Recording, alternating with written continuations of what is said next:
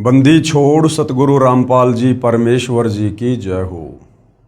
परमपिता परमात्मा सारी सृष्टि के रचनहार कुल मालिक असंख्य ब्रह्मांडों के स्वामी जगत गुरु तीनों लोकों में प्रवेश करके सबका धारण पोषण करने वाले राजाधिराज आत्माधार नाथों के नाथ देवों के देव महादेव सर्वेश्वर महेश्वर मृत्युंजय अजरो अमर आदि अनादि सनातनी प्रभु जगत पिता जगदीश्वर श्री श्री 1008 की उपाधि के वास्तविक अधिकारी अकाल मूर्त शब्द स्वरूपी राम वासुदेव सर्वगतम ब्रह्म परम पूज्य प्रथम पूज्य परम संत परम पुरुष परम धनी परम दयालु सत्य कबीर हक्का कबीर अल्लाहु कबीर अल्लाहु अकबर बाखबर अल्लाह ताला जगत के तारणहार जगत के मुक्तिदाता जगत के जगन्नाथ हारे के सहारे हिंदुओं के राम मुसलमानों के अल्लाह सिखों के वायुगुरु ईसाइयों के मसीह दया के सागर दया निधि करुणा के सागर करुणा निधि स्वयंभू परिभू संकट मोचन कष्ट हरण मंगल करण दुख भंजन अविगत कबीर निर्विकार निर्विषम परमात्मा अलय अलेख सतगुरु आदि अनादि सतगुरु असली मर्यादा पुरुषोत्तम असली राम असली कृष्ण असली घनश्याम असली मुरारी राजाओं के राजा महाराजाओं के महाराजा शहंशाहों के शहंशाह सम्राटों के सम्राट भगवानों के भगवान अल्लाहों के अल्लाह प्रभुओं के प्रभु मसीहाओं के मसीह सच्चे वाहिगुरु बाबाओं के बाबा पीरों के पीर सेठों के सेठ जगत सेठ सावड़सा सेठ सर्वगुण संपन्न अनंत कोटि कलाओं के स्वामी अनंत कोटि ब्रह्मांडों के नायक योगियों में महायोगी ध्यानियों में महाध्यानी सिद्धों में परम सिद्ध ज्ञानियों में तत्व ज्ञानी ब्रह्म ज्ञानी महाज्ञानी परम ज्ञानी सर्वश्रेष्ठ ज्ञानी विज्ञानी युवा कबीर समर्थ कबीर असमवात अमित ओजा सच्चे रहनुमा करीम अल्लाह सुभान अल्लाह दुनिया के अंतिम पैगंबर 8 सितंबर 1951 से गांव धनाना जिला सोनीपत हरियाणा भारतवर्ष की पावन भूमि पे प्रकट रियल कल्कि भगवान श्री नारायण साकार हरि श्री बाबा साहेब नूर अनंत परमात्मा सच्चे दरवेश सच्चे बाखबर संत श्रोमणी सतगुरु रामपाल जी परमेश्वर जी के चरण कमल में आप और हम सभी भाई बहनों का अनंत कोटि दंडवत प्रणाम। सत्साई भाई और बहनों, बहुत बड़ी दया बहुत बड़ी मेहर पूज्य गुरुदेव भगवान की परमेश्वर रामपाल जी की जिनके शुभ आशीर्वाद से विशेष आशीर्वाद से उन्हीं के सत्संगों का संग्रह पवित्र आध्यात्मिक पुस्तक ज्ञान गंगा के ऊपर वीडियो बनाने की श्रृंखला जारी है। इसी श्रृंखला में आज हमारा ये 37वें नंबर का वीडियो है और प्रत्येक वीडियो में भक्ति और भगवान को लेकर अध्यात्म को लेकर शास्त्र अनुकूल साधना को लेकर हमें वो तमाम जानकारियाँ नसीब हो रही हैं जिन जानकारियों को प्राप्त करने के लिए ये आत्मा युगों युगों से भटक रही है। यानी सारी सृष्टि के रचयिता कबीर परमेश्वर जब तक इस धरती पर संत रूप में प्रकट नहीं होते हैं तब तक हमें सृष्टि रचना के विषय में शास्त्र अनुकूल साधना के विषय में इस काल के 21 ब्रह्मांड में कोई नहीं समझा पाता है, कोई नहीं बता पाता है, क्योंकि गीता का ज्ञान देते समय ये काल ब्रह्म श्री कृष्ण जी के शरीर में प्रवेश करके अर्जुन को खुद कह रहा है कि अर्जुन इस संसार रूपी वृक्ष की यानी पूरी सृष्टि रचना की व्याख्या मैं भी विचार काल में यहाँ तेरे को नहीं बता सकता, क्योंकि मुझे भी इसके आदि और अंत का ज्ञान नहीं है। तो विचार करने की बात है, जब गीता ज्ञान दाता ब्रह्म को भी सृष्टि रचना के विषय में परमेश्वर के विषय में कंप्लीट ज्ञान नहीं है, सचखंड सतलोक जाने के मार्ग का ज्ञान नहीं है, तो भला 21 ब्रह्मांड के प्राणियों को कैसे ये सतज्ञान हो सकता है और 21 ब्रह्मांड का कोई भी प्राणी कैसे संत बनकर सतगुरु बनकर ये ज्ञान दे सकता है। इसलिए अपने द्वारा रची सृष्टि का यथार्थ ज्ञान ज्यों का त्यों देने के लिए कबीर परमेश्वर परम अक्षर ब्रह्म सत्य पुरुष स्वयं ही इस पृथ्वी पर मानव शरीर में एक लीला करते हुए तत्वदर्शी संत की भूमिका करते हुए इस ज्ञान को जन जन तक पहुंचाते हैं। और इसीलिए गीता ज्ञानदाता काल ब्रह्म ने गीता जी अध्याय 4 श्लोक नंबर 34 में स्पष्ट कहा है कि अर्जुन, उस परमेश्वर के विषय में कंप्लीट जानकारी तुझे कोई तत्वदर्शी संत ही देगा। यानी गीता ज्ञानदाता ने खुद अपने हाथ खड़े कर दिए कि मुझे भी कंप्लीट ब्रह्मांडों की रचना का ज्ञान नहीं है, मुझे भी परमेश्वर के विषय में कंप्लीट ज्ञान नहीं है। ऑप्शन दे दिया कि तू किसी तत्वदर्शी संत की खोज कर। अर्थात गीता जी में परमात्मा प्राप्ति का पूर्ण मार्ग नहीं है, वेदों में परमात्मा प्राप्ति का पूर्ण मार्ग नहीं है, क्योंकि चारों वेदों का सार ही गीता है और गीता ज्ञान देने वाला तत्वदर्शी संत की ओर इशारा कर रहा है। तो भाइयों और बहनों, आज इस भारत देश की पवित्र भूमि पर 8 सितंबर 1951 को प्रकट होकर सन 1994 से अपने यथार्थ 13वें कबीर पंथ को शुरू करके सतगुरु रामपाल जी परमेश्वर जी ने जो यथार्थ सृष्टि रचना का ज्ञान दिया है, जो उन्होंने कंप्लीट शास्त्र अनुकूल भक्ति साधना का ज्ञान दिया है, तो भाई और बहनों, ये कॉमन सेंस की बात है कि फिर सतगुरु रामपाल जी कौन है। भले दिखाई आप और हमारी तरह एक मनुष्य हैं, भले एक मानव के रूप में दिखाई दे रहे हैं, परंतु ये स्वयं साक्षात परम ब्रह्म परमेश्वर कबीर देव हैं। और जो आध्यात्मिक पुस्तक ज्ञान गंगा इन्होंने रची है, ये सर्व धर्मों के सर्व पवित्र धर्मशास्त्रों के ज्ञान से प्रमाणित है। इस पवित्र पुस्तक ज्ञान गंगा के तत्व ज्ञान में, अमृत ज्ञान में सोई की नोक रखने जितनी भी कमी किसी भी धर्म का कोई भी धर्म गुरु निकालने में सक्षम नहीं है।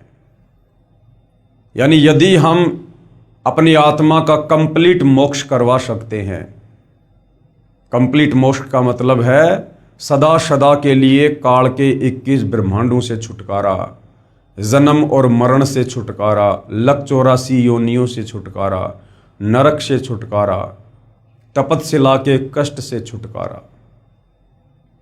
तो सिर्फ और सिर्फ सतगुरु रामपाल जी की शरण में आकर उनके द्वारा प्रदान की गई सतभक्ति को मर्यादा में रहकर करने से ही संभव है। तो भाइयों और बहनों, निसंदेह वर्तमान में परम पूज्य सतगुरु रामपाल जी नर रूप में साक्षात नारायण हैं और पहचान होगी उनके प्रवचन सुनने से, सत्संग सुनने से, उनके द्वारा लिखी गई पुस्तकों को पढ़ने से। क्योंकि जब तक हम किसी के बारे में पढ़ेंगे नहीं, जानेंगे नहीं, तब तक हम जाहिर सी बात है समझेंगे भी नहीं। तो ज्ञान से ही ज्ञान होता है। तो आप जी निसंदेह सतगुरु रामपाल जी के प्रवचन यूट्यूब पर जेब से मोबाइल निकाल कर सुनिए और सृष्टि रचना को सर्वप्रथम सुनिए, क्योंकि सृष्टि रचना अध्यात्म की नींव है, अध्यात्म का मूल है। सृष्टि रचना को समझे बिना हम किसी भी धर्म की छोटी सी 10 पेज की पुस्तक को भी नहीं समझ सकते। और जिस दिन आप सतगुरु रामपाल जी परमेश्वर जी के द्वारा बताई गई, समझाई गई, सर्वधर्म शास्त्रों के ज्ञान से प्रमाणित की गई सृष्टि रचना को सुनकर समझ लेंगे, विश्वास कर लेंगे, उसके बाद चारों वेद भी आपकी उंगलियों पर होंगे, पवित्र गीता आपकी जुबान पर होगी। इस तत्व ज्ञान के अभाव में जो धर्मशास्त्र आज से पहले हमारे उन संस्कृत के तथाकथित विद्वान ब्राह्मणों के लिए, गुरुजनों के लिए, पंडितों के लिए पहाड़ के समान थे, आज वो चारों वेद, गीता, कुरान शरीफ, कुरान मजीद, तौरेत, जबूर, इंजिल, बाइबल, गुरु ग्रंथ साहिब, दुनिया की कोई भी धार्मिक पुस्तक हो, वो ये तत्व ज्ञान प्राप्त होने के बाद आपकी उंगलियों पर होगी और आपके लिए प्रथम कक्षा का कायदा हो जाएगा। क्योंकि तत्व ज्ञान अध्यात्म की जड़ है, ये मास्टर की है और मास्टर की से हम कोई भी ताला खोल सकते हैं। तो भाइयों और बहनों, ज्ञान देने में, समझाने में, समाधान करने में सतगुरु रामपाल जी ने कोई कमी, कोई कसर नहीं रखी है। अब यदि कोई कमी रहेगी तो आप और हमारी नासमझी की रहेगी, हमारे कमजोर भक्ति संस्कारों की रहेगी, क्योंकि परमेश्वर को प्राप्त करना किसी आम प्राणी के बस की बात नहीं होती है। परमात्मा कहते हैं, सकल पदार्थ है जग माही, कर्महीन नर पावत नाही। तो जिनके माड़े कर्म होंगे, फूटे भाग होंगे, वो आत्माएं सतगुरु रामपाल जी के तत्व ज्ञान तक, उनके सत्संगों तक, उनके पुस्तकों तक नहीं पहुंच पाएंगी। यानी उन आत्माओं को अभी इस काल के लोक में युगों युगों 184 योनियों में गधे, कुत्ते, सुअर की योनियां भोगना शेष है। अभी उनका मोक्ष का समय आया नहीं है। तो भाई और बहनों, आज हम इस पवित्र पुस्तक ज्ञान गंगा के वीडियो नंबर 37 में जिन जिन भगत आत्माओं ने सतगुरु रामपाल जी से शरण प्राप्त करके जो अद्वितीय आध्यात्मिक और भौतिक लाभ प्राप्त किए हैं, उनकी मुंह जुबानी आत्मकथा सुनेंगे कि किस प्रकार से परमेश्वर रामपाल जी की शरण ग्रहण करने से पूर्व उनके घर में, उनके शरीर में, उनके परिवार में कहर टूट रहे थे। मृत्यु शैया पर वो परिवार पड़ा हुआ था। डॉक्टरों ने भी जवाब दे दिया था। शाणे सपाटों के पास, तांत्रिकों के पास लाखों रुपया ठगा कर भी वो किसी प्रकार की कोई राहत प्राप्त नहीं कर पा रहे थे। उनके प्रारब्ध के कांटे, उनके कर्म दंड के कांटे ज्यों के त्यों उनको चुभ रहे थे और अंत में मौत को गले लगाना ही शेष था। और जैसे ही उनको सतगुरु रामपाल जी के विषय में पता चला और उन्होंने जाकर उनके चरणों में माथा रगड़ा, उनकी शरण ग्रहण की और उनके द्वारा प्रदान की गई शास्त्र अनुकूल भक्ति शुरू की, उसी दिन से, उसी क्षण से उनके वो 3 ताप के कष्ट, वो प्रारब्ध के कांटे, पाप कर्मों के, वो निकलने शुरू हो गए। और आज वो आत्माएं हर प्रकार से आध्यात्मिक, शारीरिक और भौतिक लाभ प्राप्त कर रही हैं। तो उनमें से कुछ और आत्माएं हैं जिन्होंने अपने साक्षात्कार दिए और अन्य समाज को बताने की दृष्टि से, जगाने की दृष्टि से कि भाई यदि आप भी मेरे की तरह दुखी हैं, परेशान हैं, पीड़ित हैं, तो आप एक बार सतगुरु रामपाल जी की शरण में आइए, उनके सत्संग सुनिए, उपदेश लेकर देखिएगा। कोई पैसा, कोई चार्ज नहीं लिया जाता है, निःशुल्क दीक्षा दी जाती है। और साथ में वो आत्मा ये भी संदेशा देना चाहती हैं कि यदि आप हमारी तरह दुखी नहीं हैं और वर्तमान में आप सांसारिक दृष्टि से सुखी हैं, तो ये मत भूलिएगा कि ये सुख यहां पर सदा रहेगा। आने वाले समय में, आपके भविष्य में, आपके प्रारब्ध में कितने कष्ट होंगे, कितने कांटे होंगे, आपको किन किन भयंकर परेशानियों का सामना करना पड़ सकता है, ये आपको नहीं पता होता है। इसलिए समय रहते सतगुरु रामपाल जी के ज्ञान को सुनकर, तत्व ज्ञान से परिचित होकर आप तुरंत उनकी शरण को स्वीकार कीजिए, अन्यथा ये काल का लोक है। अभी आप काल के भयंकर षड्यंत्र से परिचित नहीं हैं। आदरणीय नानक जी कहते हैं कि ना जाने काल की कर डारे और किस विद डल जा पाशावे, और जिना दे सरते मौत खुड़क दी उनानो केड़ा हंसावे।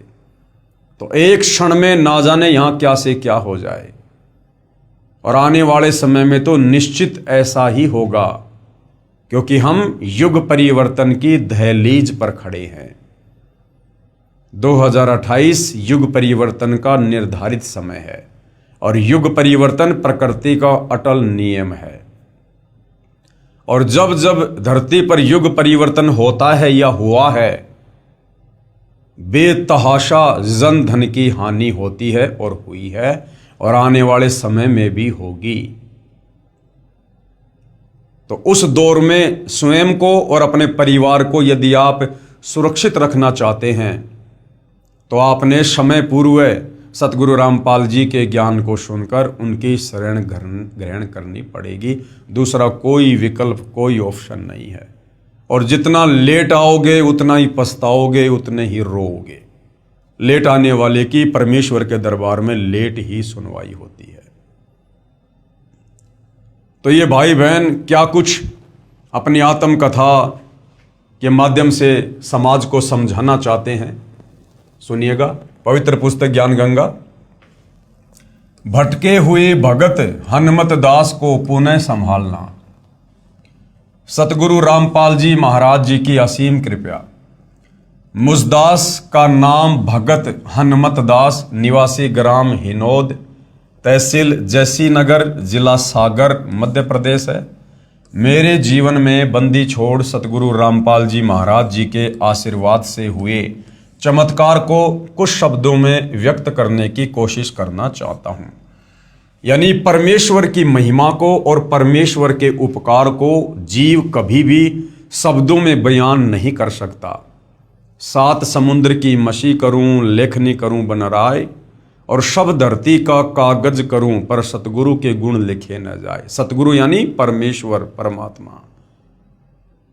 लेकिन कोशिश है कि जो जो लाभ हमें हुए हैं, जितना हम सतगुरु को आंशिक रूप से जान पाए हैं, उस विषय में भगत समाज को बताना हमारा कर्तव्य है, ताकि धरती पर प्रकट परमेश्वर की शरण में आकर आप और हमारे की तरह अन्य पीड़ित आत्माएं भी कुछ राहत प्राप्त कर सकें और अपनी आत्मा का कल्याण करवा सकें। मैंने जुलाई 2014 में नाम दीक्षा ली थी तथा बरवाला आश्रम में सतगुरुदेव जी से आशीर्वाद भी प्राप्त किया था। परंतु 18 नवंबर 2014 को बरवाला कांड हो जाने से भक्ति सुचारू रूप से नहीं कर पाया और भक्ति छोड़कर आन उपासना करने लगा। यानी भगत हनुमत दास जी 2014 बरवाला कांड के बाद सतगुरु रामपाल जी की शरण को त्याग कर अन्य पारंपरिक पूजाएं करने लगे।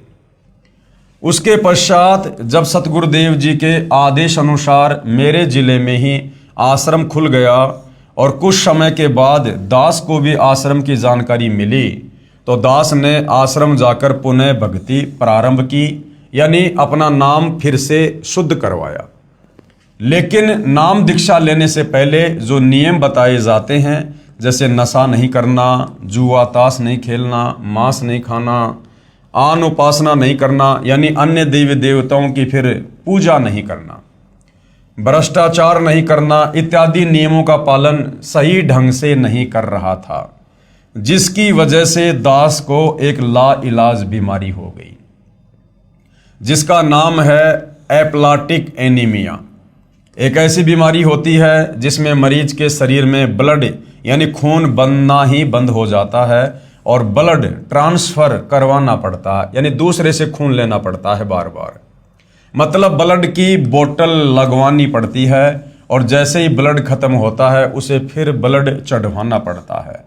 जब तक शरीर में ब्लड रहता है तब तक तो मरीज स्वस्थ रहता है, और जैसे ही ब्लड खत्म हो जाता या बहुत कम बचता तो फिर अस्पताल में एडमिट करवाना पड़ता था।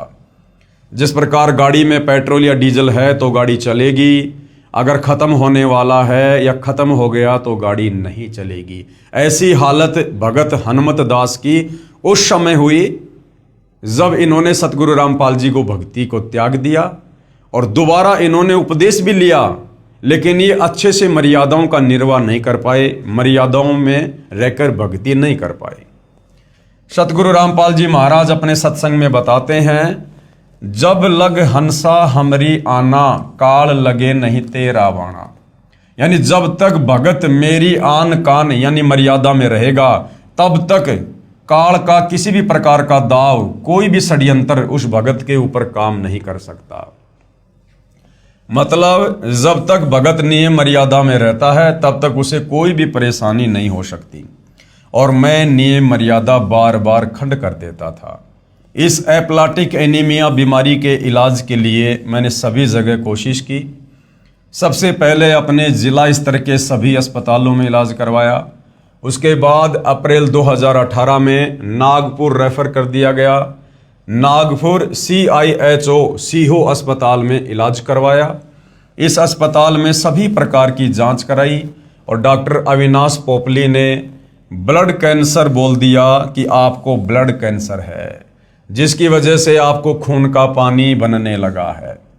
उसके बाद हम लोग घर आ गए और 18 मई 2018 को फिर ब्लड कम हो जाने की वजह से नागपुर गए और इसी दिल बोन मेरो टेस्ट की रिपोर्ट आई, जिससे परमात्मा सतगुरु रामपाल जी महाराज की दया से ब्लड कैंसर नहीं आया।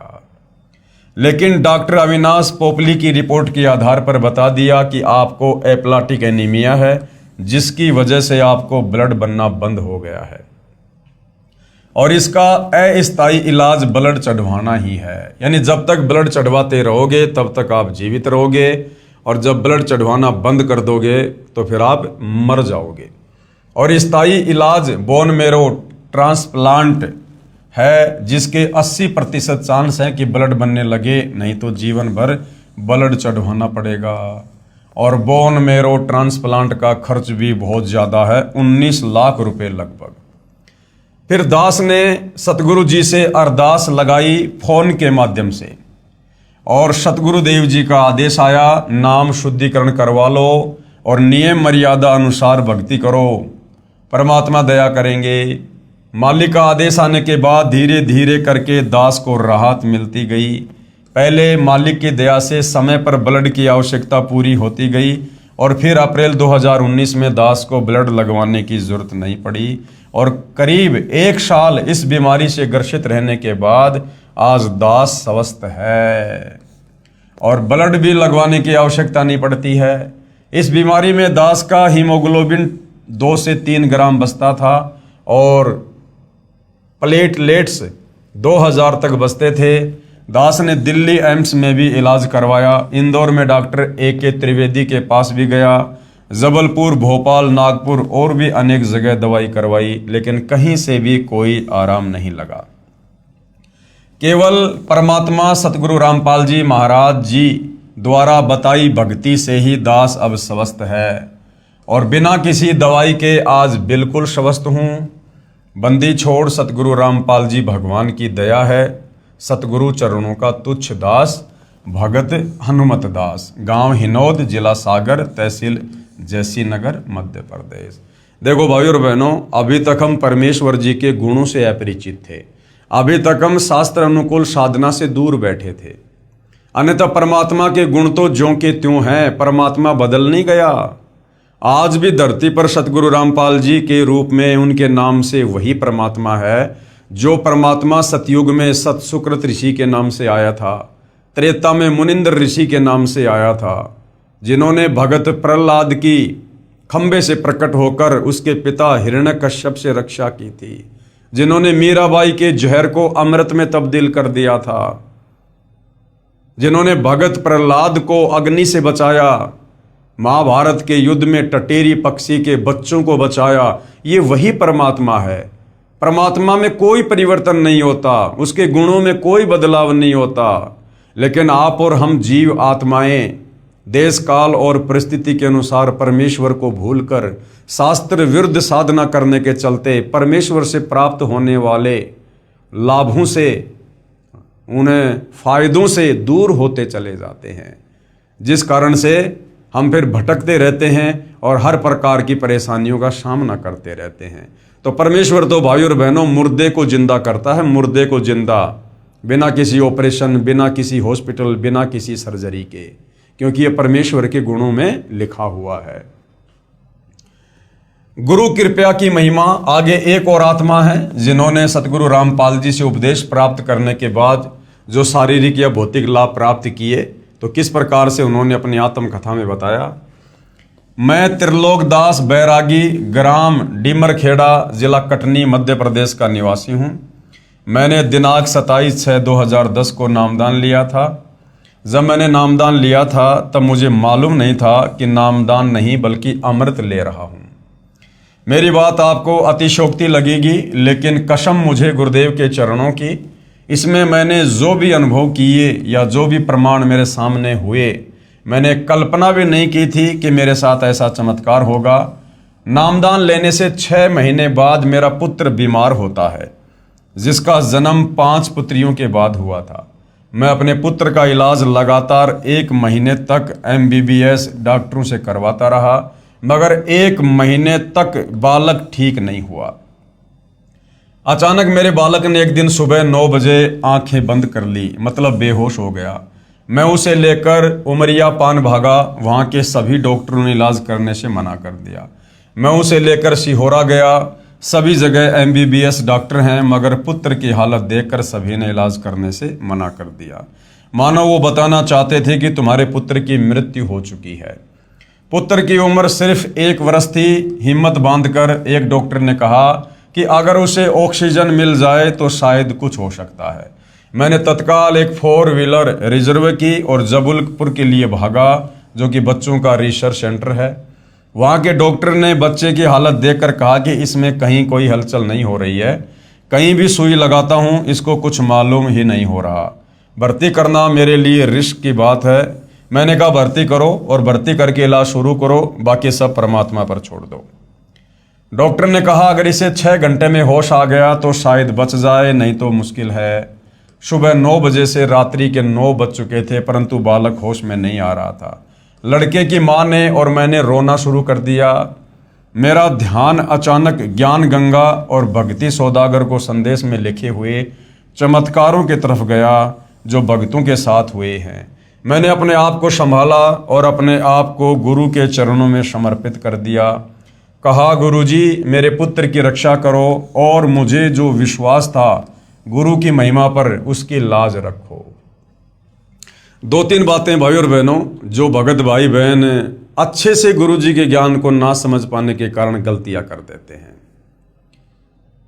भगत जी कह रहे हैं कि अपने पुत्र की ऐसी हालत देखकर मैं और मेरी भगतमती रोने लग गए। भाई और बहनों, इसका मतलब हमारे अंदर भी बहुत कमजोरियां हैं।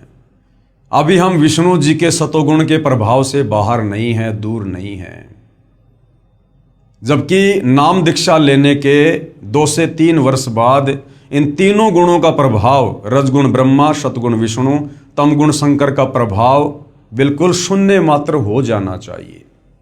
हमें ये ज्ञान हो जाना चाहिए कि हमारा यहाँ कोई बेटा बेटी, माता पिता, भाई बंधु, रिश्तेदार, पति पत्नी नहीं है। हम सब यहाँ पर सतलोक में की गई गलती की सजा भोग रहे हैं और इस काल ने हमारे को यहाँ पर कर्म बंधनों में बांधते हुए, ऋण संबंधों में बांधते हुए, हमें यहाँ एक दूसरे के साथ बेटा बेटी के रिश्ते में, माता पिता के रिश्ते में, पति पत्नी के रिश्ते में जकड़ रखा है, बांध रखा है।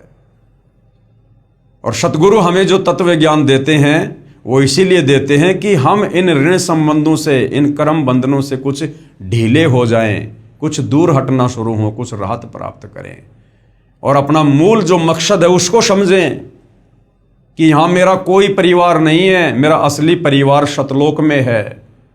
मेरे असली बेटा बेटी यदि कहीं हैं तो सतलोक में हैं। और यदि हम सतगुरु से उपदेश लेकर, दिन रात उनके प्रवचन सुनकर, और यदि यही इस काल की गंदी व्यवस्था में ही अगर इसी प्रकार से मरते रहे, घुटते रहे, मेरा मेरी, तेरा तेरी के चक्करों में बंधे रहे, जरा सी किसी को परेशानी आ गई आंखों से आंसू निकालते रहे, तो भाई और बहनों फिर हम किस दिन सतलोक जाने की तैयारी करेंगे? ऐसी स्थिति जिस दिन आप सतलोक जाने की तैयारी करोगे उससे 2 घंटे पहले ये काल आपके पोते के साथ, आपकी पोती के साथ या आपके बेटा बेटी के साथ में फिर से घटित कर देगा, फिर उनको बीमार कर देगा, कोई एक्सीडेंट हो जाएगा, फिर आपका ध्यान वहीं लग जाएगा, आप तो रोना धोना शुरू कर दोगे, उन्हीं के चक्कर में चिंतित हो जाओगे। और मालिक कहते हैं कि अंत समय में शरीर छोड़ते वक्त जहां आपकी आस्था होगी, जहां आपका ध्यान होगा, वहीं आपको पुनः जन्म लेना होगा। तो भगत जी जिस प्रकार की बातें अपने इंटरव्यू में कह रहे हैं, जो उनके साथ में घटित हुआ, ये भगत की अभी नादानी है, ज्ञान की कमी है। तो बाकी भाई बहन जो इंटरव्यू देख रहे हैं वो अपने आप को संभालने की स्थिति में धीरे धीरे आ जाएं।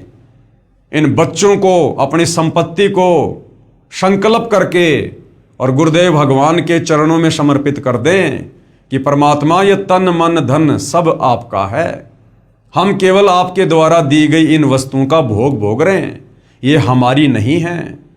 हम तो यहाँ पर केवल कुछ समय के लिए इस शरीर में एक यात्री बनकर आए हैं भक्ति करने के लिए।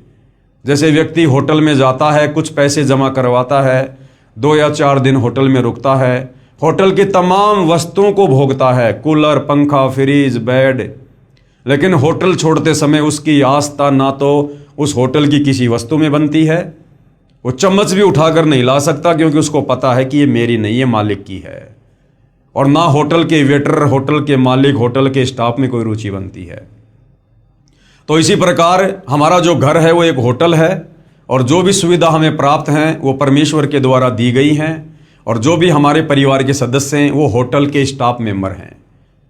और जिस दिन ये जीव आत्मा शरीर छोड़कर जाएगी, यानी होटल छोड़कर जाएगी ये शरीर, उस दिन हमारी रुचि नहीं बननी चाहिए किसी भी वस्तु में। हमारा मूल मालिक, हमारा मूल घर सतलोक है।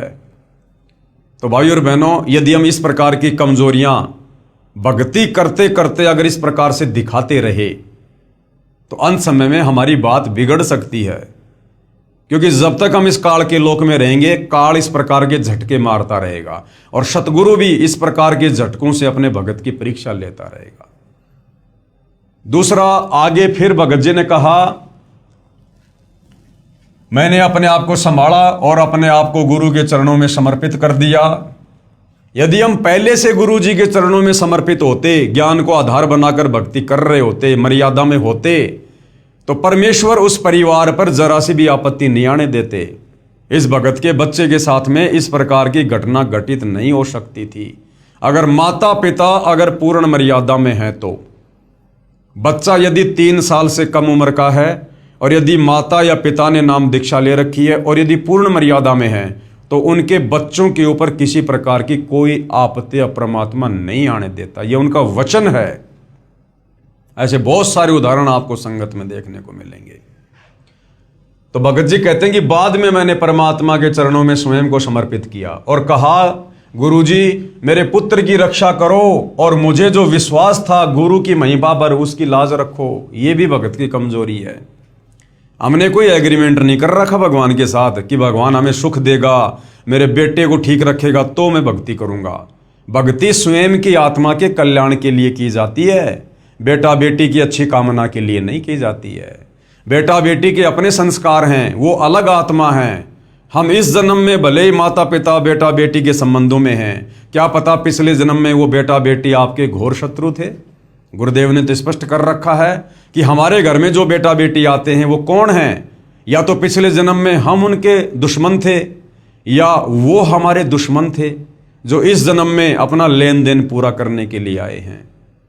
तो पिछले जन्मों में तो हम उनसे इतना द्वेष करते थे, इतनी दुश्मनी थी हमारी, एक दूसरे की शक्ल देखना भी हम पसंद नहीं करते थे, और इस जन्म में वो बेटा बेटी बन के आ गए, और काल ने विष्णु के शतोगुण से हमें आपस में बांध दिया मोह ममता में। अब हम उनके बिना रह नहीं सकते, जी नहीं सकते। तो तत्व ज्ञान देकर सतगुरु हमें यही तो षड्यंत्र समझाने आते हैं कि तुम ये गलती मत करो कि ये मेरा बेटा है, ये मेरी बेटी है। कब किसका जीवन शेष है, कब किसका जीवन अंत होगा, ये परमात्मा ने निर्धारित कर रखा है। और परमेश्वर की उस लेखनी में किसी भी प्रकार की हेराफेरी करना या उसमें कोई छेड़छाड़ करना, यह परमेश्वर के विधान के विपरीत है, भगत दोषी बनता है। हमने केवल उतना ही करना है जितना गुरुदेव ने हमें बता दिया। भाई ये मर्यादा है, ये भक्ति है, और आपने इस प्रकार से भक्ति मार्ग पर चलना है। बाकी काम उस परमेश्वर का है। फिर वो किसको बचाएगा, किसको मारेगा, अच्छा होगा या बुरा होगा। अगर हम मर्यादा में हैं, भक्ति कर रहे हैं, तो हमारी बुराई में भी हमारी अच्छाई है, भले वो 10 साल बाद हमें जाकर पता चले। तो यहां पर यह कहना कि गुरुजी आप मेरे विश्वास को बना के रखो, मैंने आपके ऊपर जो विश्वास किया उसकी लाज रखो, यह भी भगत की कमजोरी है। अंतर्यामी को बताने की जरूरत नहीं पड़ती है। हम रोज संध्या आरती में कहते हैं, अंतर्यामी एक तुम आत्म के आधार, जो तुम छोड़ो हाथ तो मुझे कौन उतार पार। तो गुरु तो अंतर्यामी है, और अंतर्यामी को इस प्रकार से चिल्ला चिल्ला के बोलना, ये भगत की कमजोरी है, अभी तत्व ज्ञानहीनता है। तो भाई और बहनों, जब तक हम इन मिट्टी के पुतलों को, अपने इन तथा कथित बेटा बेटियों को अपना बेटा बेटी समझना नहीं छोड़ेंगे, तब तक हम कभी भी परमेश्वर के सतलोक जानने योग्य नहीं बनेंगे। हमें इस तत्व ज्ञान से समझ में आ जाना चाहिए, मेरा कोई बेटा बेटी नहीं है। हम सब उस कबीर परमेश्वर सतगुरु रामपाल जी के बेटा बेटी हैं, और जो चिंता उस परमेश्वर को अपनी आत्मा की हो सकती है, आप और हम शरीर वालों को कभी नहीं हो सकती। अगर हो भी रही है तो हम कर क्या सकते हैं? कुछ नहीं कर सकते। परमेश्वर तो सतलोक में बैठकर भी हमें बचा लेगा। हम घर से 10 कदम दूर बाहर बच्चे का एक्सीडेंट हो जाए, माता पिता नहीं बचा सकते। तो हम भी परमेश्वर के चरणों में समर्पित रहें और अपने बच्चों को भी परमात्मा के चरणों में लगा दें, और फिर मर्यादा में रहकर भक्ति करें। उसके बाद जो भी अच्छा बुरा लाभ हानि होगी वो हमारे भले में होगी। फिर हमने किसी प्रकार की कोई भी शंका या कोई भी विशेष ऐसी डिमांड या प्रार्थना सतगुरुदेव भगवान से नहीं करनी है, सिवाय भक्ति और मर्यादा के। तो ये भी हम भाई बहनों ने थोड़ा सा ध्यान रखना है। मैंने अपने आप को संभाला और अपने आप को गुरु के चरणों में समर्पित कर दिया। कहा, गुरु जी मेरे पुत्र की रक्षा करो, और मुझे जो विश्वास था गुरु की महिमा पर, उसकी लाज रखो। लगभग 12 बजे जब डॉक्टर राउंड पर आया तो कहता है कि बच्चे की हालत में क्या सुधार है। मैंने कहा, जैसा सुबह था वैसा अभी भी है। डॉक्टर ने इंजेक्शन मंगाया और बालक की जांघ पर लगाया। इंजेक्शन लगते ही बालक रोने लगा, जैसे वो खुद इंजेक्शन गुरु जी ने लगाया हो। पूरे हाल में खुशी की लहर दौड़ गई। डॉक्टर ने मेरे सिर पर हाथ रखकर कहा, अब तुम्हारा बालक होश में आ गया है। ऐसे मर्ज वाले बालक बहुत कम होश में आते हैं। विचारणीय बात यह है कि इंजेक्शन का असर तो 10 या 20 मिनट के बाद होता है। लड़का इंजेक्शन की सुई के दर्द से ही रो उठा। इससे स्पष्ट है कि यह सर्व कमाल परमेश्वर कबीर जी का है। कौन परमेश्वर कबीर? सतगुरु रामपाल जी। हालांकि जो भगत हैं वो परमेश्वर कबीर मान रहे हैं एक दाढ़ी मूंछ वाली कबीर जी की समझे जाने वाली फोटो को। इसीलिए भाई और बहनों, सतगुरु रामपाल जी का पूरा पूरा आशीर्वाद भगत तक समय पर नहीं पहुंच पाता है, क्योंकि हमारी आस्था हमारे गुरुदेव में एज ए गॉड ना होकर, एज ए भगवान ना होकर, उस तथा कथित कबीर जी की समझे जाने वाली दाढ़ी मूंछ वाली फोटो पर टिकी होती है, जिस कारण से परमेश्वर का आशीर्वाद हमारे पास उतना नहीं पहुंच पाता जितना पहुंचना चाहिए। वरना सतगुरु रामपाल जी तो सेकंड के 100वें हिस्से में अपने भगत की मदद के लिए पहुंच जाते हैं। सतगुरु शरण में आने से आई टले बला, जय भाग्य में मृत्यु हो कांटे में टल जा। जबकि इनके बेटे की तो मृत्यु हो चुकी थी, इनके बेटे की सजा कांटे में कहां टली? नहीं, इनके बच्चे की तो मृत्यु हो चुकी थी। परमेश्वर की वाणी कह रही है, सतगुरु शरण में आने से आई टले बला, यानी जो समस्या आनी है वो भाग जाएगी। लेकिन इनके तो बच्चे की मृत्यु हो चुकी थी। ये तो सतगुरु रामपाल जी ने इस भगत परिवार को भक्ति पर लगाए रखने के लिए अपनी तरफ से उस बच्चे के, उस आत्मा के शरीर में सांस डाली है। अन्यथा इन भगत की मर्यादाओं से वो बच्चा जीवित नहीं हुआ। इस भगत परिवार की भक्ति से बच्चा जीवित नहीं हुआ। क्योंकि अगर इस भगत परिवार में भक्ति होती तो परमात्मा ऐसी नौबत आने ही नहीं देता। मृत्यु नहीं हो सकती थी, और छोटी मोटी कोई बीमारी हो जाती बच्चे को, लेकिन मृत्यु नहीं हो सकती है। गुरुजी कहते हैं कि कशक के साथ मंत्र जाप करने से जो चमत्कार हुआ, मैं दंग रह गया। मैं हॉस्पिटल में गुरुजी के चरणों की वंदना की और धन्यवाद देते हुए रो पड़ा। डॉक्टर ने कहा कि इसे लगातार 8 दिन के इलाज की आवश्यकता है। 24 घंटे का 5,000 लग रहा था। मैंने डॉक्टर से कहा मुझे सुबह छुट्टी चाहिए। डॉक्टर ने कहा इसे अगर आप घर ले गए तो ये बालक मर सकता है, क्योंकि अभी होश में आया है। मैंने कहा जो होगा देखा जाएगा, अब मुझे छुट्टी चाहिए। आज बालक को 6 माह से ऊपर हो गए, उसे बुखार भी नहीं आ रहा है। ऐसी महिमा देखकर मैं धन्य हो गया। डॉक्टर ने कहा कि भैया 8 दिन रखना पड़ेगा, रोजाना के 5,000 लगेंगे। बोला नहीं नहीं, अभी और इसी समय छुट्टी दे दो, मैं तो घर ले जाऊंगा। भगत कह रहा कि मुझे मेरे गुरु पर विश्वास। अगर ये विश्वास उस मरे हुए बच्चे को डॉक्टर के पास ना ले जाकर अगर घर के दरबार में रख देते और मालिक से अरदास करते, तो परमात्मा तो वही है। आपने अगर इतना विश्वास अब किया, अगर पहले इतना विश्वास करके अपने गुरु पर मर्यादा में रहकर भक्ति कर रहे होते तो ये आपत्ति ही नहीं आती। मेरी साइकिल लेने की हिम्मत नहीं होती थी, क्योंकि मेरी पारिवारिक स्थिति ठीक नहीं थी। अचानक स्टेट बैंक के मैनेजर ने कहा कि आप बैंक से लोन लेना पसंद करेंगे। मैंने कहा अगर मिल जाए तो इससे बढ़ के क्या, मेरी पारिवारिक स्थिति सुधर जाएगी। बैंक मैनेजर ने मुझे 1.5 लाख रुपए का लोन दे दिया। साइकिल ना खरीद पाने वाला आदमी अचानक 55,000 रुपए की हीरो होंडा गाड़ी ले आया। आज मैं शान से गाड़ी में घूमता हूँ। भक्तों ने इस प्रकार के शब्दों का प्रयोग नहीं करना चाहिए कि मैं शान से गाड़ी पर घूमता हूँ। काहे की शान है यहाँ पर? कल को गाड़ी एक्सीडेंट हो जाए, मर जाए आदमी बैठा बैठा, काहे की शान? वो मिट्टी से निकला लोहा उसकी बना दी मोटरसाइकिल, उस पर बैठकर काहे की शान है? इस प्रकार के शब्द भगत के अंदर मान बढ़ाई पैदा करते हैं। तो कभी भी भक्तों ने इस प्रकार के शब्दों का प्रयोग नहीं करना चाहिए कि आज मैं गाड़ी में बैठकर बड़ी शान से घूमता हूँ। इस काल के लोक में ये शान 2 मिनट में निकल जाती है, 2 मिनट में। कब क्या आपत्ति आ जाए, किस समय आ जाए, कोई भरोसा नहीं है। शासकीय स्कूल में चपरासी के पद पर कार्यरत था। नौकरी करते हुए मुझे 16 वर्ष गुजर चुके थे, लेकिन मेरी पारिवारिक स्थिति ठीक नहीं हुई। जबलपुर संभाग से प्रमोशन हुए और मेरा सिंगल प्रमोशन हुआ। मैं चपरासी से बाबू हो गया। जमाने को कुर्सी रखने वाला आदमी खुद साहब बनकर कुर्सी पर बैठ गया। ये भी भगत की गलती है कि मैं साहब बन गया। अरे साहब तो एक ही है, सतगुरु रामपाल जी। परमात्मा के अलावा किसी भगत ने यदि स्वयं को साहब कह दिया, जैसे ये भाई साहब कह रहे हैं कि मैं साहब बनकर कुर्सी पर बैठ गया, ये साहब शब्द ये काल के जाल में ले जाने वाला है। साहब तो एक ही है, परमात्मा सतगुरु रामपाल जी। जमाने को कुर्सी रखने वाला आदमी खुद साहब बनकर कुर्सी पर बैठ गया। मेरा वेतन इतना हो गया जितना मैंने सोचा नहीं था। मेरा छोटा भाई बीएड का आसरा छोड़कर मायूस हो गया था। एक दिन अचानक उसके पास काउंसलिंग लेटर आया। उसे विश्वास ही नहीं हुआ, क्योंकि उसे 29 अंक मिले हुए थे और बीएड करने के लिए 33 अंक से ऊपर चाहिए। लेकिन इस बार 28 अंक वालों को ले लिया गया, जिस कारण से 29 अंक होने की वजह से उसे मौका मिल गया और आज वो बीएड कर रहा है। ये 4 चमत्कार ऐसे हुए जिनके बारे में मैंने कभी सोचा नहीं था।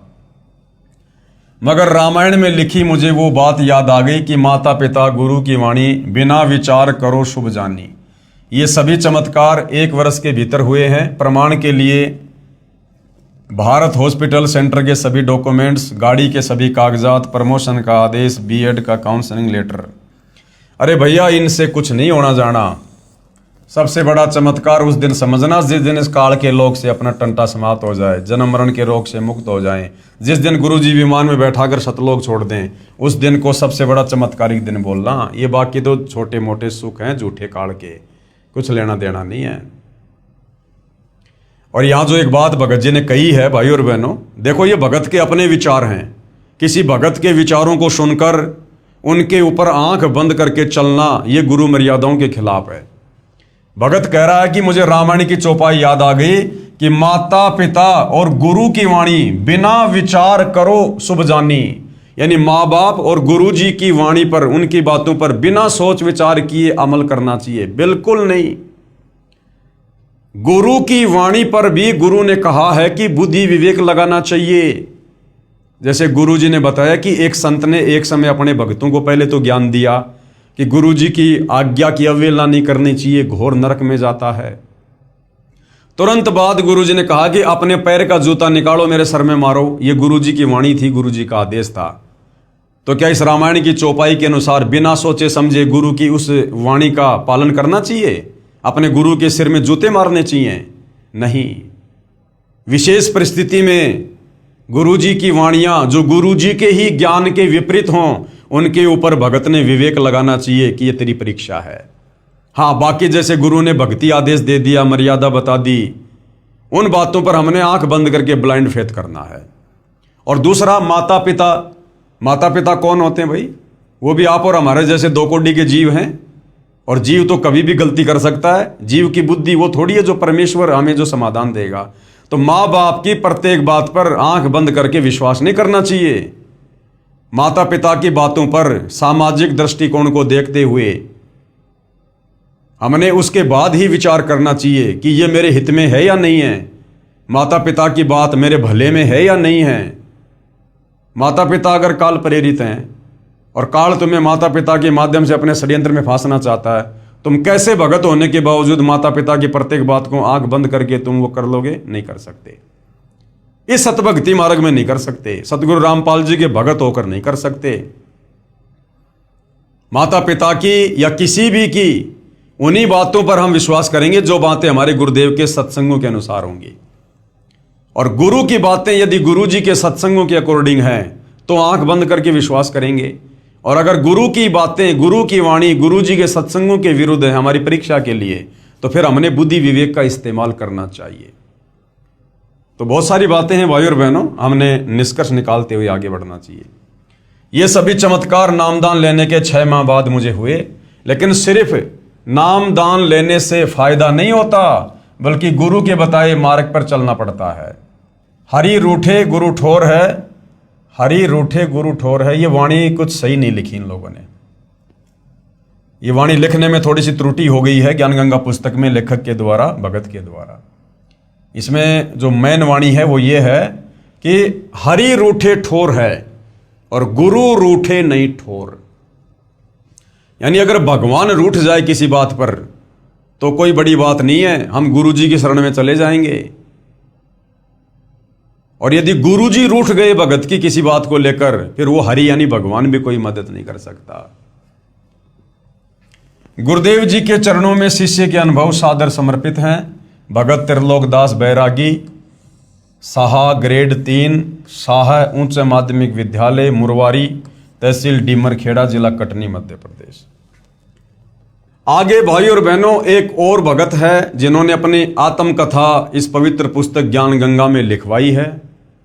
और ये जो भगत है ये गांव धनाना से है और सतगुरु रामपाल जी के ये सांसारिक परिवार से संबंध रखता है। और सतगुरु रामपाल जी से उपदेश लेने के बाद इस भगत परिवार के घर में क्या घटना घटी, इसके बच्चे को किस प्रकार से 11,000 वोल्टेज के तार ने पकड़ लिया, यानी बिजली का करंट लगा, और किस प्रकार से सतगुरु रामपाल जी ने, जो स्वयं परमेश्वर हैं, परमात्मा हैं, उस भगत आत्मा की रक्षा की। 11,000 वोल्टेज के तार से छुड़वाना। मैं भगत सुरेश दास, पुत्र श्री चांदराम, निवासी गांव धनाना, जिला सोनीपत, जो कि फिलहाल शास्त्री नगर रोहतक हरियाणा का निवासी हूं। सतगुरु जी से नाम उपदेश लेने से पहले मेरे घर की आर्थिक स्थिति बहुत कमजोर थी। परिवार का कोई भी ऐसा सदस्य नहीं था जो कि कभी बीमार ना रहता हो। मेरी पत्नी को भूत प्रेत बहुत ही ज़्यादा परेशान करते थे। इतना कष्ट रहने के बावजूद हम देवी देवताओं की बहुत पूजा करते थे तथा मेरी हनुमान जी में बहुत ज़्यादा आस्था थी। लेकिन घर में संकट पर संकट आते जा रहे थे, किसी भी काम में बरकत नहीं हो रही थी। पूर्ण परमात्मा सतगुरु रामपाल जी महाराज जी मेरे परिवार के होने के कारण हम उनको पूर्ण परमात्मा नहीं मान पाए। ये सतगुरु रामपाल जी के सांसारिक दृष्टि से चाचा जी का लड़का है सुरेश दास। तो कह रहा कि भगवान हमारे घर में आए हुए पूर्ण परमात्मा, लेकिन हम उनको पहचान नहीं पाए, जिसका खामियाजा हमें कई वर्षों तक झेलना पड़ा। तभी क्या हुआ, तभी गांव सिंहपुरा निवासी भगत विकास ने मुझे बताया कि आपके घर में कौन आए हुए हैं?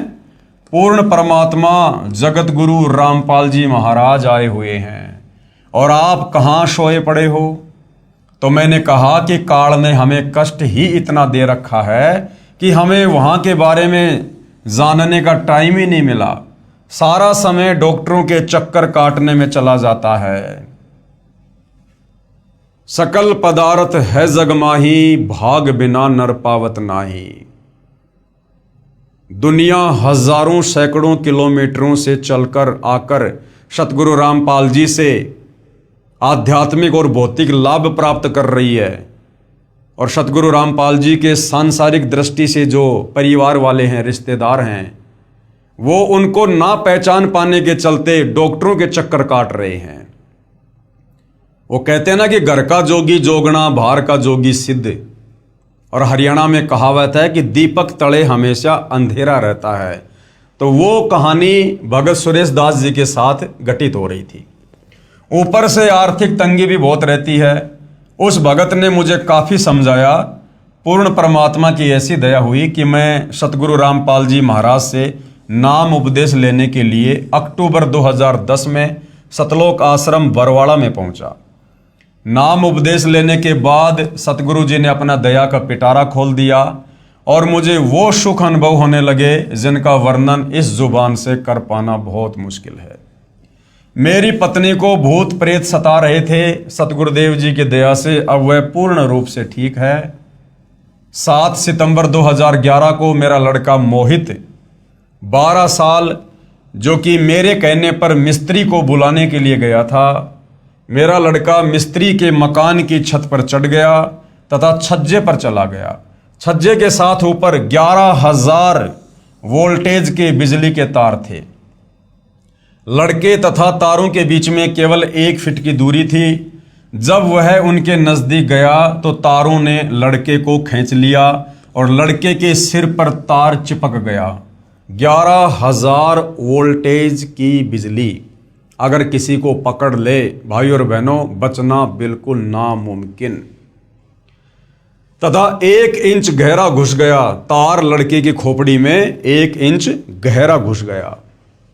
वह मुंह जल गया और बिजली सारे शरीर में प्रवेश करके पैर के अंगूठे की हड्डी को तोड़कर निकलने लगी। उसी समय सतगुरु रामपाल जी महाराज आकाश मार्ग से आए तथा मेरे लड़के को बहुत ही चमकदार तेजोमय शरीर सहित दिखाई दिए, जैसे हजारों ट्यूबों का प्रकाश हो रहा हो। उन्होंने लड़के का हाथ पकड़कर बिजली से छुड़ाकर छज्जे पर लिटा दिया। फिर लड़के की सतगुरु जी से बहुत बातें हुई तथा जब सतगुरु जी जाने लगे तो लड़के ने पूछा कि गुरु जी कहाँ जा रहे हो? तो गुरु जी ने कहा कि बेटा मैं तेरे साथ हूं, तू घबरा मत। अब बहुत सारे तत्व ज्ञानहीन भाई बहनों को जो भक्ति और भगवान की परिभाषा से अपरिचित हैं, केवल शास्त्र विरुद्ध साधना करने के चलते जिन्हें भगवान से कोई लाभ हुआ नहीं और अंत में उन्होंने निष्कर्ष निकाल लिया कि कोई चमत्कार नहीं हो सकता, कोई भगवान नहीं है, तो उन लोगों के लिए ये सत्य कथा झूठी हो सकती है। परंतु भाइयों और बहनों, परमेश्वर जो कर सकता है वो जीव की कल्पना से बाहर होता है। सतगुरु जो चावे सो कर ही भरम पड़ो मत कोई, सेव धड़ पर शीश चढ़ाया पछ करी रसोई। बहुत सारे उदाहरण हैं यदि हम विचार करें। हम हनुमान जी के बारे में सुनते हैं कि जब हनुमान जी छोटे से थे, बालक थे, घुटनों के बल चलते थे, तो उन्होंने सूरज को, ये सूरज जो पृथ्वी से कई गुना बड़ा है, आग का गोला, उन्होंने सूरज को कोई फल जानकर, खाने की वस्तु जानकर और अपने मुंह में ले लिया। अब जब ये दुनिया इस बात पर यकीन कर सकती है तो ये चमत्कार तो उस चमत्कार के आगे बहुत छोटा है। फिर इस पर विश्वास क्यों नहीं होता भाई? इसलिए नहीं होता कि हमारी बुद्धि इन तत्व ज्ञानहीन धर्म गुरुओं ने संकीर्ण कर दी है। संकीर्ण, इन्होंने भगवान को निराकार साबित कर रखा है अपनी अज्ञानता के चलते। और इन धर्म गुरुओं की भक्ति करते करते किसी को कोई लाभ होता नहीं। उनका बेटा भी मर रहा है, बेटी भी मर रही है, घर में एक्सीडेंट भी हो रहा है, लेकिन दूसरा कोई ऑप्शन है नहीं, इसलिए उन्हीं की भक्ति करते रहते हैं, मरते और सड़ते रहते हैं। और जब इस प्रकार के चमत्कार उस आत्मा के साथ होते हैं, उस आत्मा के परिवार के साथ होते हैं जो पूर्ण ब्रह्म परमेश्वर सतगुरु रामपाल जी के साथ कनेक्टेड है, तो फिर उन नादान धर्म गुरुओं की संगत को विश्वास नहीं होता कि भक्ति तो हम भी कर रहे हैं, हमारे गुरु जी तो संत रामपाल जी से भी बहुत बड़े दिखाई देते हैं, हमारे गुरु जी के भक्तों की संख्या भी सतगुरु रामपाल जी के भक्तों की संख्या से कई गुना बड़ी है, और हमारे गुरु जी तो वास्तव में साधु हैं, भगवा वस्त्र, गेरवे लाल वस्त्र पहन रखे हैं, रुद्राक्ष की माला है, बड़ी बड़ी चोटी है, जटा है। सतगुरु रामपाल जी तो सिंपल तरीके से रहते हैं। तो वो सोचते हैं कि ऐसा नहीं हो सकता। भाइयों और बहनों, जो हम सोच नहीं सकते परमात्मा वही करता है। जहां इंसान की बुद्धि काम करना बंद कर देती है, वहां से परमात्मा का कार्य शुरू होता है। उस परमेश्वर ने मीराबाई के जहर को अमृत बना दिया, तो क्या नहीं कर सकता वो परमात्मा। जो परमात्मा भगत प्रहलाद को बचाने के लिए खंबे में प्रकट हो सकता है, उसको आकाश मार्ग से आने में क्या दिक्कत है। हम हनुमान जी की लीलाओं पर शंका क्यों नहीं करते। एक आदमी, एक व्यक्ति जो त्रेता युग में आया, जन्मा, अंजनी के गर्भ से जन्मा, वो इतने लंबे चौड़े समुद्र को कैसे आकाश मार्ग से पार कर देगा। यदि हम उनकी बातों पर विश्वास कर सकते हैं, रामायण की बातों पर विश्वास कर सकते हैं, तो फिर हम सतगुरु रामपाल जी के द्वारा जो चमत्कार उनके भक्तों के साथ किए जा रहे हैं, हम उन पर विश्वास क्यों नहीं कर सकते। क्योंकि अभी हम सतगुरु रामपाल जी की शरण से दूर हैं, और ये मन उन बातों की तरफ इंसान को ज्यादा लेकर जाता है जिनकी कथा सुनने से, जिनकी महिमा करने से हमें कोई लाभ ना हो। दुनिया रामायण का पाठ करती है, हनुमान श्री राम की कथा सुनती है, लाभ 0% है, क्योंकि वो कथाएं हमें लाभ नहीं दे सकती। वो भगवान समर्थ नहीं है। उनके जीवन काल में जो चमत्कार हम मानते हैं कि उन्होंने किए, वो चमत्कार उन्होंने नहीं किए। वो चमत्कार भी पूर्ण ब्रह्म परमेश्वर कबीर देव, जो वर्तमान में सतगुरु रामपाल जी के नाम से धरती पर प्रकट हैं, इन्होंने किए, और महिमा हो गई उनकी, नाम हो गया उनका। हनुमान जी इतने समर्थ नहीं थे कि वो छलांग लगाकर और श्रीलंका चले जाएं। ये चमत्कार भी कबीर परमेश्वर जी के आशीर्वाद से, उनकी शक्ति से हुआ। हनुमान जी इतने सामर्थ्यवान नहीं थे कि वो द्रोणागिरी पहाड़ को, जो कई कई किलोमीटर में था, अरबों खरबों टन वजन था, उसको उठाकर लंका ले जाएंगे आकाश मार्ग से। नहीं, जब आप शास्त्र अनुकूल साधना करने लगेंगे, सतगुरु रामपाल जी के द्वारा बताई गई सत्यनारायण कथा को सुनेंगे, 5वें वेद सूक्ष्म वेद की वाणियों को सुनेंगे, समझेंगे, तब आपको पता चलेगा वो पहाड़ उठाने वाला कार्य भी हनुमान ने नहीं, बल्कि हनुमान जी के रूप में कबीर परमेश्वर सतगुरु रामपाल जी ने किया। अब ये आपको विश्वास होना मुश्किल है कि ये तो पागल आदमी है। बाबा रामपाल जी तो अभी 1951 में धरती पे आए हैं। ये तो गांव धनाना के हैं। कहाँ त्रेता युग, लाखों साल पहले, क्या डींग मार रहे हैं। तो भाई और बहनों, ये बातें आपको उस समय तक डींग लगेंगी जब तक आप सतगुरु रामपाल जी के सत्संग सुनना शुरू नहीं करेंगे। अन्यथा ये सत्यनारायण कथा है, अमर कथा है, और ये कोई बड़ी बात नहीं है। ये 11,000 वोल्टेज के तार से आकाश मार्ग से आकर सतगुरु रामपाल जी के द्वारा अपने भगत को बचाना, ये तो कुछ भी नहीं है उनके लिए। ऊंट के मुंह में जीरे के बराबर भी नहीं है, कुछ नहीं है। वो परमेश्वर तो एक क्षण में, एक सेकंड में शतलोक से चलकर और पूरी पृथ्वी को परमेश्वर अपने आधे बाल के ऊपर धारण कर सकता है। एक सेकंड में परमात्मा पूरी सृष्टि को नष्ट कर सकता है, क्षण भर में, और उसी क्षण परमेश्वर सबको पुनर्जीवित कर दे यथावत स्थिति में, जो जहां जैसी स्थिति में था, जहां काम कर रहा था, और लोगों को पता भी ना चले। और ऐसा परमेश्वर ने कई बार किया है, कई बार। हम कथाओं में पढ़ते हैं, गुरुदेव ने बताया, एक भगत था, वो 7 कोस ऊंचे पहाड़ पर रहा करता था, साधना करता था। एक दिन तबीयत खराब हो गई और नीचे तालाब था, वहां तक चल के वो मुंह धोने आता था। उस दिन नहीं आ पाया, तबीयत ज़्यादा खराब थी, और सोचा भगवान आज मैं मेरा नित्य नियम कैसे करूँगा। दुखी हुआ। परमेश्वर ने पूरी पृथ्वी पर इतनी भयंकर बारिश की, पूरी पृथ्वी डूब गई। 7 कोस ऊंचे पहाड़ पर पानी चढ़ा। उस भगत ने मुंह धोया, फिर चारों तरफ देखा, हे भगवान मेरे लिए पूरा संसार डुबो दिया, पूरी सृष्टि नष्ट हो गई, ये पाप कहाँ लेकर जाऊंगा। रो रो कर भगवान से प्रार्थना की। उसी समय परमात्मा ने क्षण भर में सृष्टि एज इट इज ऐसे कैसे कर दी। जो खेत में काम कर रहा वो खेत में कर रहा है, जो कंप्यूटर पर काम कर रहा वो कंप्यूटर चला रहा है, उसको पता ही नहीं क्या हो गया था। तो भाई और बहनों, अभी हम परमेश्वर की महिमा से, उसके गुणों से, उनके सत कथाओं से दूर हैं, क्योंकि ये नादान धर्मगुरु हमें केवल दंत कथाओं पर टिकाए हुए थे। और हमने उन दंत कथाओं को सत्य कथा मानकर जीवन में धारण किया हुआ था, जिसे ना तो कोई लाभ हो पा रहा था, ना हमारे विचारों में कोई बदलाव आ पा रहा था। जो कि त्यों सारे उल्टे कर्म करते थे हम। चोरी, जारी, नशाखोरी, मांसाहार, गंदी नज़र, काला बाजारी, रिश्वतखोरी, मिलावट और अपने आप को सुप्रीम भगत भी समझा करते थे।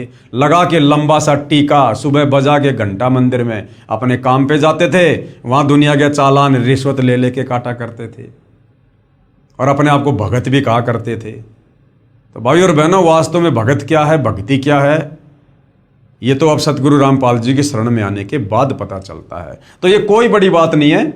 ऐसे ऐसे चमत्कार तो सतगुरु रामपाल जी ने अपनी संगत में हजारों के साथ कर रखे हैं, हजारों के साथ। उस समय मेरे लड़के मोहित की माता जी भी वहीं पर थी। उसने ये दृश्य अपनी आंखों से देखा तथा वह बहुत घबरा गई, क्योंकि लड़के के शरीर से बिजली की लपटें निकल रही थी। उसके बाद हम लड़के को पीजीआई रोहतक हॉस्पिटल में लेकर गए। वहाँ पर भी लड़के को गुरुजी दिखाई दिए। वह मेरे लड़के ने कहा कि गुरुजी मेरे साथ हैं, आप घबराओ मत। यदि आज हम गुरुजी की शरण में नहीं होते तो हमारा लड़का आज जिंदा नहीं होता तथा मेरी पत्नी को भी प्रेत मार डालते। हम उजड़ने से बच गए, ये सतगुरु रामपाल जी महाराज जी की ही दया है। सर्व पाठकों से प्रार्थना है कि मेरी सत्य कथा को पढ़कर आप जी भी सतगुरु रामपाल जी महाराज जी की शरण में आकर अपना समय रहते कल्याण कराओ तथा प्रारब्ध यानी भाग्य में लिखे कर्मों के कारण जो घटनाएं घटित होती हैं उनसे पूर्ण रूप से बचोगे। सतगुरु रामपाल जी महाराज के सत्संग वचनों में मैंने सुना था कि पूर्ण परमात्मा कबीर जी बंदी छोड़ हमारे सर्व पापों को नाश कर देते हैं। ऐसा ही प्रमाण ऋग्वेद मंडल 10 सूक्त 161 मंत्र 2 में तथा मंडल 9 सूक्त 80 मंत्र 2 में भी लिखा है कि यदि किसी रोगी की प्राण शक्ति क्षीण हो चुकी है तथा उसकी आयु भी शेष ना रही हो तो उसके प्राणों की रक्षा करूं तथा उसे 100 वर्ष आयु प्रदान करूं। अर्थात उसकी आयु बढ़ाकर साधक को सर्व सुख प्रदान करता है। अब भाई और बहनों, दास ने 2-3 बार इसी पुस्तक में इसी बात को ये कहते हुए कि वे परमात्मा अपने भगत की आयु बढ़ा देता है, 100 वर्ष की उम्र प्रदान करता है, तो दास ने जो है ऋग्वेद की जगह यजुर्वेद बोल दिया। गलती से दास ने ऋग्वेद की जगह पहले कुछ एक वीडियो में इसी ज्ञान गंगा पुस्तक पर जो वीडियो बन रहे हैं उसमें ऋग्वेद की जगह दास ने यजुर्वेद बोल दिया था। तो उसके लिए दास आप भाई बहनों से माफी चाहता है। आप जी उसमें सुधार जो है वो कर लेना। सज्जनों, सतगुरु रामपाल जी महाराज ने अपने अमृत वचनों में ये भी बताया है कि प्रत्येक प्राणी अपने किए कर्मों के अनुसार ही सुख व दुख प्राप्त करता है। दुख तो पाप कर्मों का फल है तथा सुख पुण्य कर्मों का फल है। अभी तक सर्व संत आचार्य गुरु यही कहते रहे कि जो प्रारब्ध यानी जो भाग्य कर्म का भोग है वह तो प्राणी को भोग कर ही समाप्त करना पड़ता है। हे सभ्य पाठकों, सतगुरु रामपाल जी महाराज कहते हैं कि पाप कर्म से दुख होता है। यदि पाप कर्मों का नाश हो जाए तो दुख का स्वतः अंत हो जाता है। यदि भक्ति करते करते भी पाप कर्म का फल यानी दुख भोगना ही पड़े तो भक्ति की फिर क्या आवश्यकता है? फिर तो भक्ति की आवश्यकता ही समाप्त हो जाती है। 7 सितंबर 2011 को हमारे प्रारब्ध कर्म के पाप के कारण मेरे पुत्र मोहित की मृत्यु होनी थी। हमारे सतगुरु रामपाल जी महाराज जी की कृपा से परम पूज्य कबीर परमेश्वर जी ने, नहीं सुरेश जी याद करो, आपको गांव सिंहपुरा के भगत विकास ने क्या बताया था कि आपके घर में खुद पूर्ण परमात्मा आए हुए हैं। और आप यह कह रहे हो कि हमारे सतगुरु रामपाल जी ने कबीर परमात्मा के दया से, तो आप तो भाई अपने गुरुदेव को परमात्मा से अन्य दर्शा रहे हो। ऐसा नहीं है। गुरु और गोविंद दो नहीं भाई, जब तक दो समझोगे दो जग में जाई। तो सतगुरु रामपाल जी स्वयं कबीर परमात्मा जी हैं, जिन्होंने हमारे पाप कर्म का नाश कर दिया तथा मेरे बच्चे की जीवन रक्षा करके आयु बढ़ा दी। यदि 7 सितंबर 2011 को प्रारब्ध कर्म के फलस्वरूप मेरा बेटा मर जाता तो हम सभी परिवार के सदस्य भक्ति त्याग देते तथा नास्तिक हो जाते, क्योंकि हमें उस समय परमात्मा का पूर्ण ज्ञान नहीं था। अब भगवान पर अत्यधिक विश्वास हो गया है। ये भी विश्वास हो गया है कि परम पूज्य कबीर जी ही परमेश्वर हैं, सतगुरु रामपाल जी ही परमेश्वर हैं और उन्हीं का नाम कबीर है। ये पाप नाशक तथा सर्व सुखदायक व पूर्ण मोक्षदायक हैं तथा सतगुरु रामपाल जी महाराज उन्हीं के भेजे हुए उनके अवतार हैं। नहीं, ये भी अभी आधी अधूरी सोच है। भगत कह रहे हैं कि अब मुझे पूरा ज्ञान हो गया, वरना उस समय मुझे ज्ञान नहीं था, मैं भक्ति छोड़ देता। अब मुझे ज्ञान हो गया, विश्वास हो गया। अब यदि ज्ञान हो गया तो आप सतगुरु रामपाल जी को और कबीर जी को अलग अलग क्यों समझ रहे हैं?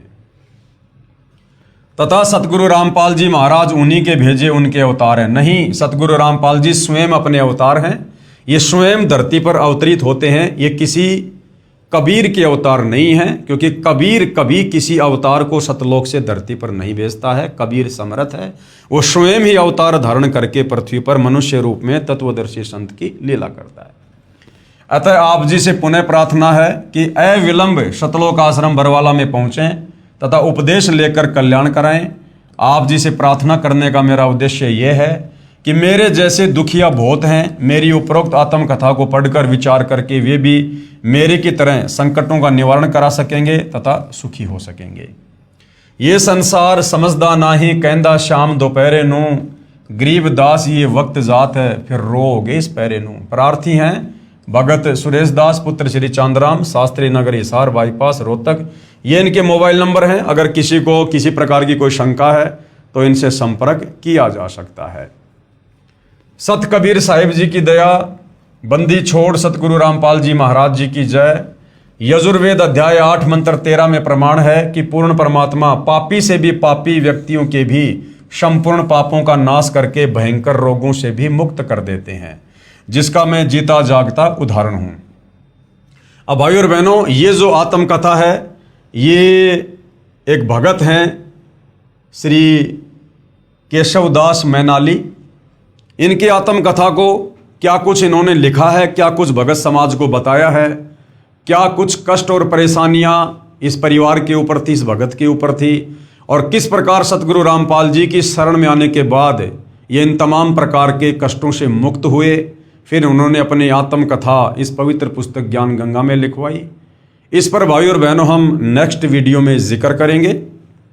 और आप जो भाई बहन इस पवित्र पुस्तक ज्ञान गंगा के ऊपर बन रहे वीडियो देख रहे हैं और अभी तक आप सतगुरु रामपाल जी की शरण में नहीं हैं, तो आप जी से प्रार्थना करेंगे कि आप जी अति शीघ्र सतगुरु रामपाल जी के ज्ञान को समझकर अपनी आत्मा के कल्याणार्थ हेतु उनसे उपदेश प्राप्त करें।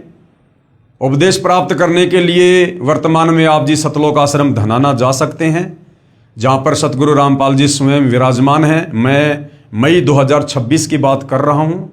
आगे वे कहाँ विराजमान होंगे इसके विषय में अभी कुछ नहीं कह सकता।